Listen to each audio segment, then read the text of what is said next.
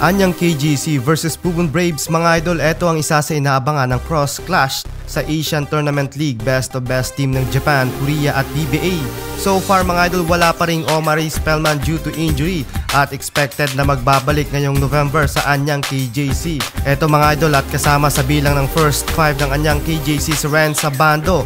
Nakuha ni Ren Sabando ang first 2 points ng KGC sa opening ng frame matapos makasabit ng foul.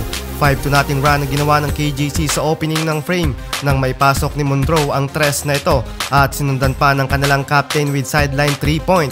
Napaka-magnetic ng wing ng kalaban sa tres na tinitira ng KGC. So far up by 12 na ang KGC at napaka-agresibo ng play ni Ren Sabando lalo na sa opensa.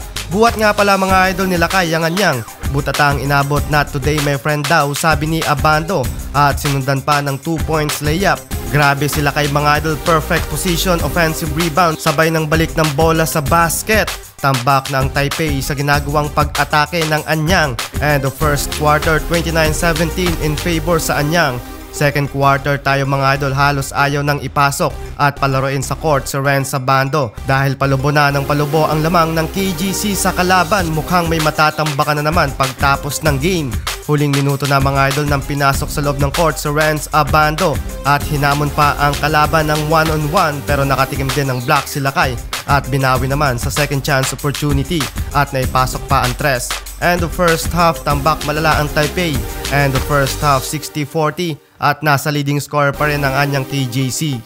Second half tayo mga idol, palong-palo na si Ren Sabando sa loob ng court. Grabe ang sipag at likse sa loob ng court. Bigat ng pressure ng depensa ni Ren Sabando at hirap makascore ang Taipei. Halimaw si Ren Sabando mga idol, kumapit pa ang idol at Taipei kasama sa ng bilang ng third quarter at naibaba pa ang kalamangan ng KGC. Fourth quarter tayo mga idol, up by 12 na lang ang KGC at dito pa lang nakukuha ng Taipei ang kanilang momentum. Yung bagong import ng KGC naglines ng sahig. Napakalawak ng radar ng depensa ni Ren Sabando at walang takas ang kalaban. Huling-huli pa rin ang bola dahilan para sa another turnover ng kalaban. Pero sa play nito nakapag-commit din mga idol si Ren Sabando. Palong-palo pa rin mga idol si Ren Sabando at bumawi ng tres beyond the arc. Tuwang-tuwa ang mga nanonood sa live ng laban. Sa huli nakuha ng Anyang KGC ang unang panalo nila sa Pocket Tournament, 98-77.